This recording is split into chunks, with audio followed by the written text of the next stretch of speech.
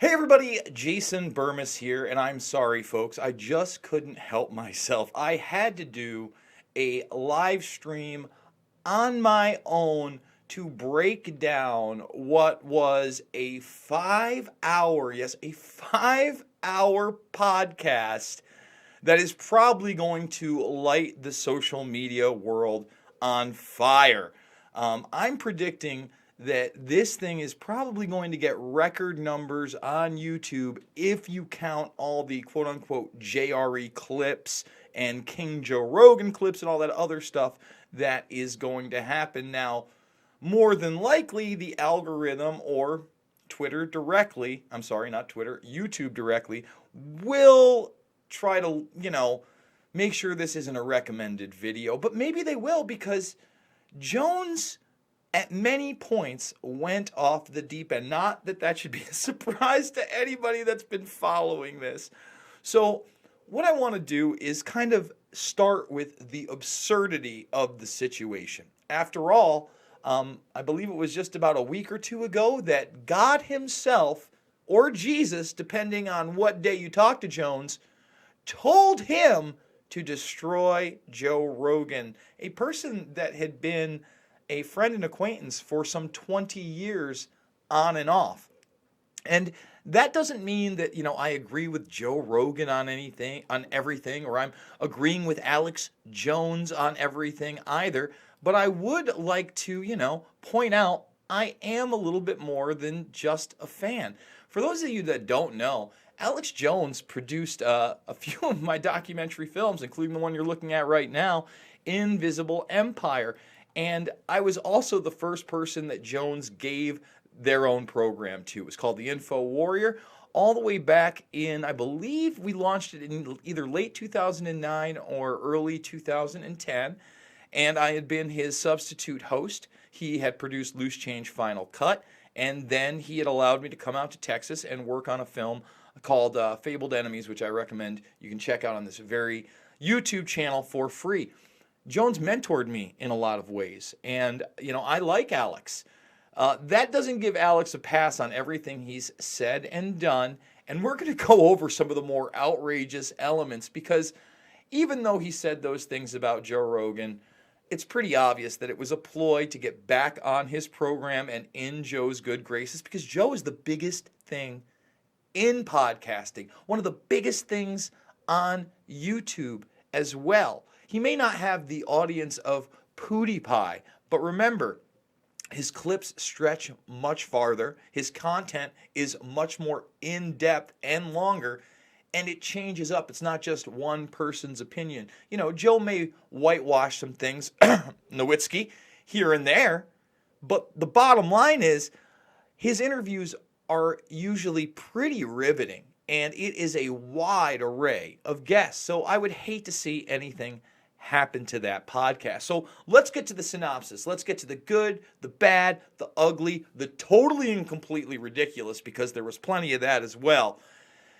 And see what you guys have to say in the comments section. Am I being correct? Am I going too far? Some people think that I'm jealous. I shouldn't even be talking about this subject. But InfoWars is part of the mainstream conversation at this point. No one can deny that.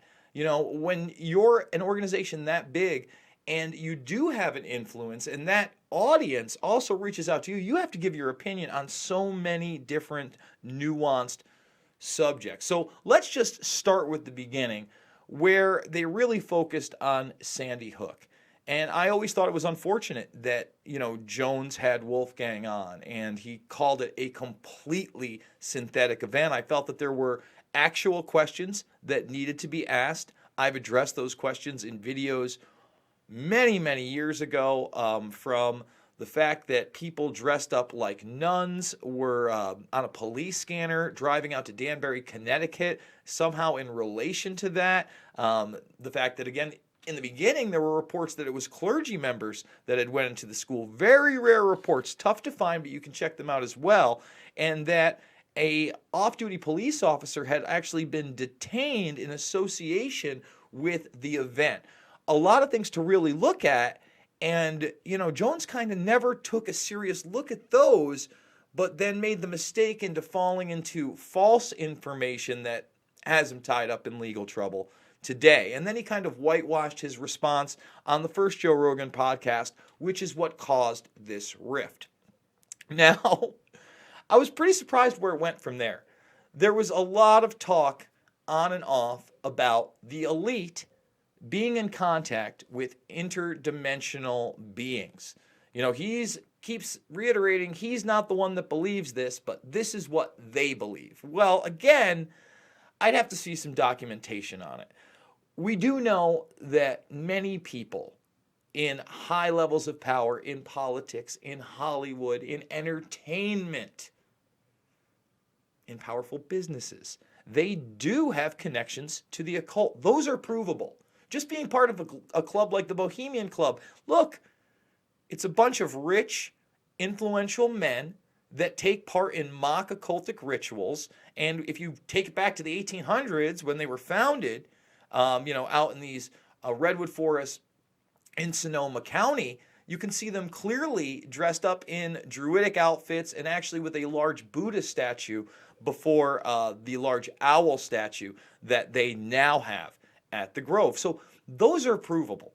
But I mean, he went deep into, Greys being some kind of manufactured avatars.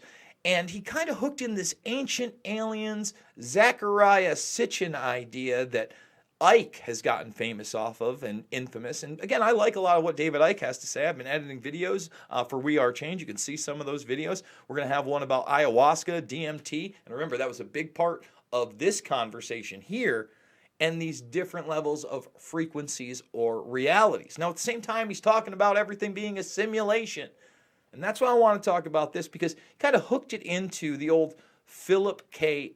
Dick theory. Now, what theory is the Philip K. Dick theory? Well, Philip K. Dick back in 1977, a long, long time ago, talked about being in a computer simulation. And that's what we lived in. And obviously, this has gained huge popularity with films like The Matrix, with technology getting bigger and bigger and bigger and bigger and bigger, and us talking about running these types of simulations. Okay, us talking about the multiverse as a real and scientific thing through quantum computing. Personally, I am not a believer in the multiverse. I'm simply repeating what is out there. But anybody can go into quantum theory now, and it's an idea that's promoted by IBM, Microsoft. D-Wave systems are real, okay?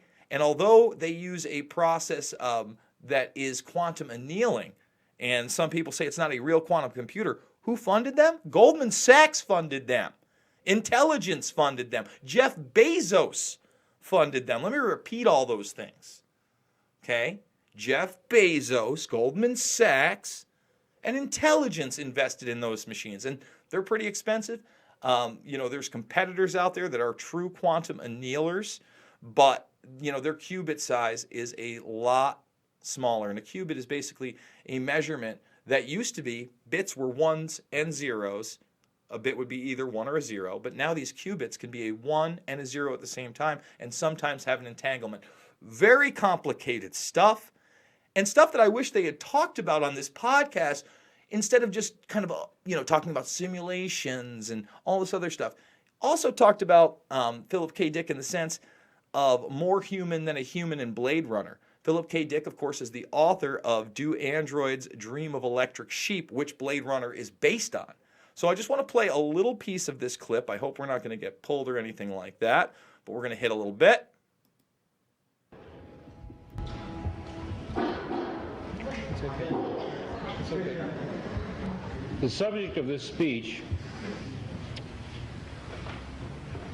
is a topic which has been discovered recently and which may not exist at all.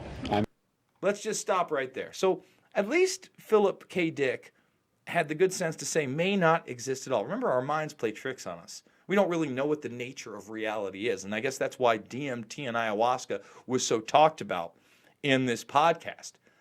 But again, he's going to start talking about us living in a simulation and how things like deja vu are a glitch in that simulation. I may be talking about something that does not exist. Therefore, I'm free to say everything or nothing.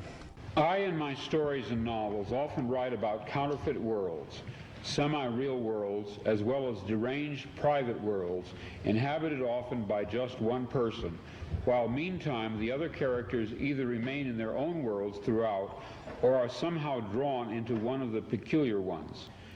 So Philip K. Dick also recently, based on his stories, Amazon Prime has done kind of like a Black Mirror-esque series on Philip K. Dick. Has a lot of writings out there. So this goes beyond just the simulation theory, but also that there's the possibility that we're kind of all in our own little reality, and the simulations are built around us. And I'm going to get into a real document that suggests that not only are we living in some kind of a holographic universe, but our brains, our mental state itself is creating that universe around us. And this is out of the CIA's own library. I'm going to show you how you can get it. It's a riveting document of a 1983 Army and DOD study. And if you want to skip to maybe go look for it while we're doing this video, you could check out things for, I believe it's the hemisync method, and it talks about Kundalini breathing, but really gets deep, deep, deep into the idea that our consciousness is creating this holographic universe around us. Back to Philip K. Dick. This theme occurs in the corpus of my 27 years of writing. At no time did I have a theoretical or conscious explanation for my preoccupation with these pluriform pseudo-worlds, but now I think I understand. What I was sensing was the manifold of partially actualized realities lying tangent to what evidently is the most actualized one. So again, here he's talking about how these fictional universes he creates may be real in the sense of this multiverse type simulation, that these realities are just as real as everything else. And, you know, again, you look at D-Wave, you look at a guy, I believe his name was Geordie Rose with a G, really athletic guy, entrepreneur, not a scientist, but he talks about this theory of the multiverse, again, being very, very real, and that they are being accessed. And that's, again, not me saying it. That's people involved in these systems. And this is all leading to artificial intelligence, by the way. You can see those videos over at the We Are Change channel, the main channel that I post on. Now, let's go back to Dick for another moment or so. But then we're really going to get heavy hitting and show you this document. The one which the majority of us, by consensus gentium, agree on. Later that day, back home again, but still deeply under the influence of the sodium pentothal, I had a short, acute flash of recovered memory. Then, in mid-March, a month later, the total body of memories, intact and entire, began to return. You are free to believe me or to disbelieve, but please take my word on it that I am not joking. This is very serious, a matter of importance. You know, he really does lay it on hard here. And he even talks about drug states, and I think that's important. Again, Jones has been harping again and again and again on DMT accessing the clockwork elves. That was a big thing on this. The clockwork elves. Joe, what did you see? Now, Rogan actually talked about him seeing shapes kind of morphing into these conscious beings that could see through him. And, you know, he doesn't know whether they were real or not, but he was definitely interacting with them. So again, we know that hallucinogenics have been used throughout history in rituals. But does that mean that, you know, the things that Alex was saying were absolutely real? Again, this is a guy that told the world that God told him to just destroy Joe Rogan. So we know there is a lot of bravado there. And during this thing, one of the more, you know, outlandish things, other than, you know, constantly going back to when I was a kid, and all the fighting stuff and, you know, even the sex stuff that I mentioned in a previous broadcast I just did with Luke. Again, you want to go to the We Are Change channel, go check it out. We're not going to be discussing that. But he said that the visual representation of God and our universe is basically a comet, okay? And that God knows everything except for, how God began. And he's kind of floating in this ether. That's, again, it's not me saying it. It was all in this stuff, and I'm just like, man, this is just... But I give credit where credit is due. And he did talk about Margaret Sanger. He talked about eugenics. He talked about human experimentation in this country. In the previous broadcast I did with Luke earlier tonight, I showed you a 2011 Associated Press article where they were injecting the elderly in a Brooklyn hospital in 1963 with cancer and hepatitis. It's not a conspiracy theory. It's admitted fact.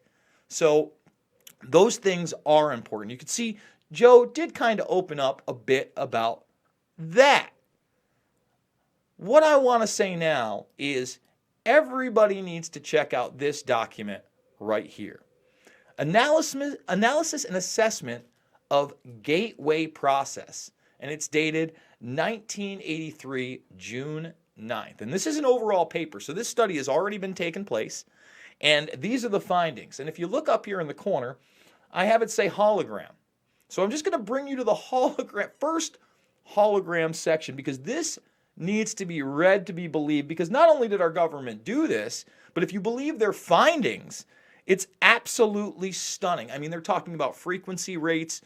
Again, I mean, you can see it right above me, 10 to the third hertz, 70 degrees Fahrenheit, atoms, nucleus. They're talking about infinity. They're talking about quantum subparticles back in the early 80s. Remember, this is stuff that's just being discussed in the public now, but obviously our military-industrial complex was extremely interested all the way back then. So let's read some of this right now, because it's wild stuff. Holograms.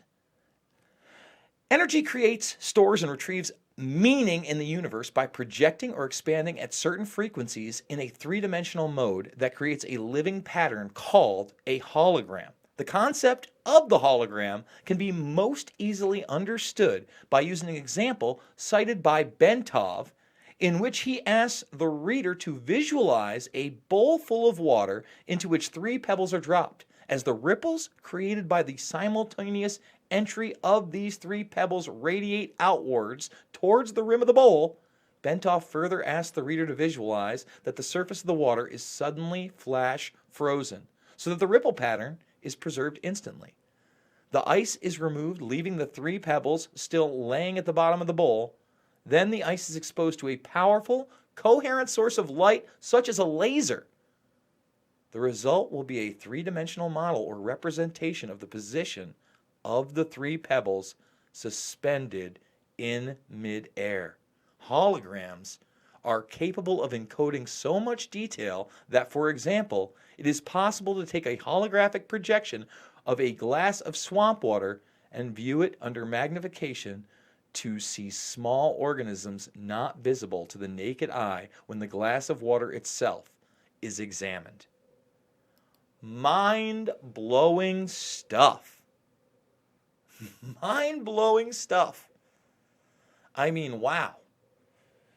That's just really the beginning of this document. It is a huge document, 29 pages, solid throughout, diagrams, things that really, let's scroll some of these diagrams. I want to show you right here. So, they're showing you different parts of the brain, matter inside the brain. Where else are we? We're going to get to the infinity particles, the consciousness energy grid. Okay? Remember, I didn't do these studies. I'm just showing you this thing exists. The absolute in infinity right here. Again, talking about these parallel, you notice up and down parallel universes? Not a new theory. This was put on paper when I was 4 years old. Okay? Pretty astounding stuff. And here we are, the nucleus, the hologram, black holes, white holes, direct time-space evolving from these holograms which are being created by your mind. I don't want to get too nutty. I just want to let you guys know that this document is real. Now, some of the funnier things that I thought Jones was saying were things like this, which I'm gonna read verbatim. I wrote it down when he said it because I couldn't believe it. I gotta be honest with you, Joe. I'm kind of a retard. I was just like, what? And of course, he's being in jest. This is around like 4.5 hours that he decides to kind of launch into, more of his comedy routine. But one time, I'll tell you what, my nonsense detector went off was when he started talking about VR and UT in the 60s. Now, he made the claim that there was a nuclear reactor under UT at some point and that they were doing all these different programs. And believe me, the University of Texas has worked with intelligence, the military. That's not a secret at all. Whether or not there's a nuclear reactor there, I'd have to see evidence of it. But he started talking about VR. And, these gloves people would be on. He talked about doing like the virtual surgeries that you see today. And I thought to myself, wow, this really, I don't know, man. This sounds like I'm calling bullshiz on this. And then all of a sudden, Jamie pulls this up, and I was completely unaware of this. And I think it's something that we need to look at. But there was a thing called the Sensorama that was out in the 60s. Pretty cool thing. Now, it wasn't as Jones described, right? This person's got their head in there, right there. Now, they're hearing things, they're seeing things, and they're also smelling things. I guess this thing is big enough to, pump out wind. So, again, you're in it, but it's not as loose as, say, an Oculus, right? But it was using the side-by-side technology. So here's actually an example. We're going to play this right here of what people would see. And anybody that's used VR knows that the lenses are like around like that. I was like, whoa, this is pretty nutty stuff, the Sensorama. And this actually has an interview with the guy that created it. This is a patent from 1957. And when you see what this patent looks like, if you own an Oculus Rift system or an HTC Vive or even, one of the little Samsung gears, other than the earpieces here, you're going to notice, wow, this looks pretty similar. So my point being, this is technology that has been around since the late 50s, early 60s publicly. And it's not coming around to a consumer level for 50 plus years. Think about that. Think about the technology that's being hidden from us. So I don't blame Jones for, talking about human hybrids and chimeras and things like that. I'm glad he's talking about those things. However, when you start getting into being so sure about interdimensional demons and that you're getting pile drived on your head and you almost rip somebody's trachea out and they had to have surgery, or, one of the more wild ones where he decided that it was, he would put on makeup at 12 years old for a 17-year-old girl so, he could bed her down and then later fight her 30-year-old boyfriend in a parking lot. This stuff is Paul Bunyan stuff. And I get it. Alex is popular because of his bravado, because of his presence, and he's good at getting attention. But I think in a lot of ways, it does disservice to the real crazy information that is out there. The stuff that I just went over. The stuff that anybody can look at and be like, psh. Because most people are going to cut these things up into sound bites, and they're going to be as big as the frogs are gay, and they're not going to look into the deeper stuff.